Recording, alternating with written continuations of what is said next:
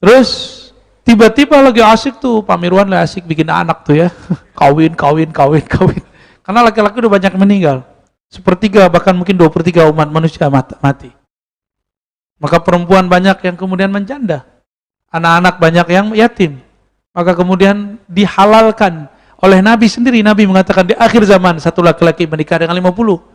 Mumpung masih bisa cemburu bu, cemburu sekarang. Nanti udah gak bisa cemburu, gak boleh cemburu nanti. Satu laki-laki berapa?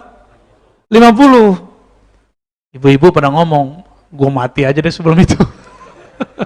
Jangan gitu bu. Kalau umur panjang kita membersamai imam akhir zaman. Yang imam itu disebut-sebut oleh semua para nabi sebelumnya. Umat yang berjuang dengan beliau dulu dikabar-kabarkan oleh semua nabi sebelum kita. Kenapa nggak mau menjadi umat beliau?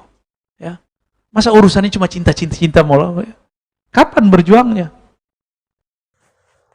Assalamualaikum warahmatullahi wabarakatuh. Sahabat Al-Kindi yang dirahmati Allah, mari kita bahas tentang hadis mengenai kejadian-kejadian atau tanda-tanda dekatnya hari kiamat yang ada menyalahpahami terhadap makna dari hadis tersebut, sehingga viral tentang video masalah satu laki-laki menikahi 50 perempuan gara-gara gagal paham dalam memaknai atau memahami hadis tersebut. Sahabat Al-Kindi yang dirahmati Allah, hadis tersebut memang tercantum dalam kitab Sahihul Bukhari. Ada di beberapa bab, diantaranya bab raf'il ilmi, bab tentang diangkatnya ilmu. Kemudian juga ada di bab tentang sedikitnya laki-laki dan banyaknya perempuan. Babuma yakillu ar-rijal wa yaktsuru an-nisa. Nah, bunyi hadisnya seperti ini.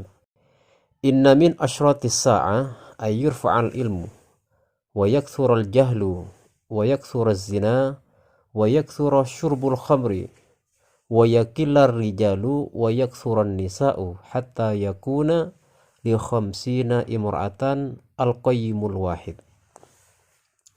Di antara tanda-tanda hari kiamat adalah pertama, ilmu diangkat oleh Allah. Yang kedua, kebodohan merata di mana-mana. Kemudian zina merata di mana-mana. Juga diantaranya adalah meminum khamr, tindakan mabuk-mabukan. Itu juga menyeruak di mana-mana.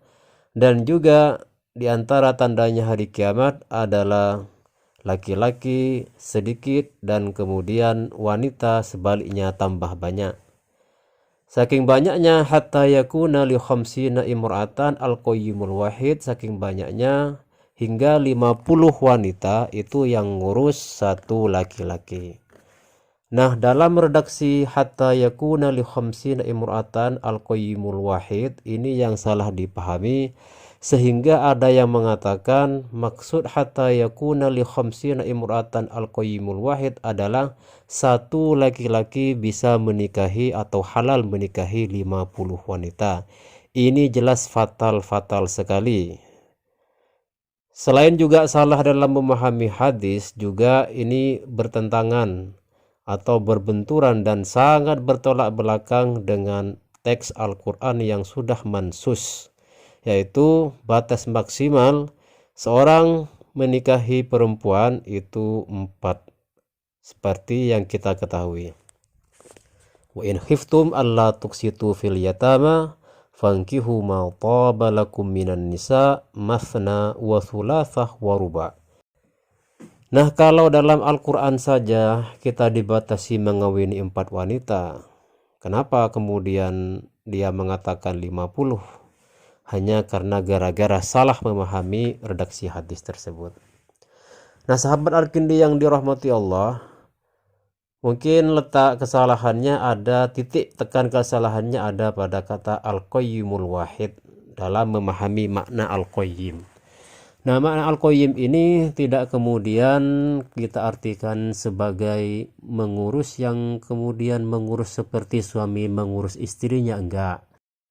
Jadi makna al-qayyim di sini sebagaimana yang telah diungkapkan oleh para ulama, al-qayyim di sini adalah orang-orang yang mengurus terhadap kemaslahatan perempuan dan tidak harus menikahinya. Untuk maksud dari al-qayyim dalam hadis tersebut, hatta yakuna li khamsina imra'atan al-qayyimul wahid, sebagaimana yang dipaparkan oleh Ibnu Hajar al-Asqalani dalam Fathul Barinya. Beliau mengatakan al-murad bil qayyim dalam hadis tersebut adalah man yaqumu bi amrihinnah, adalah orang-orang atau lelaki yang mengurusi hal-hal yang berkaitan dengan persoalan-persoalan perempuan.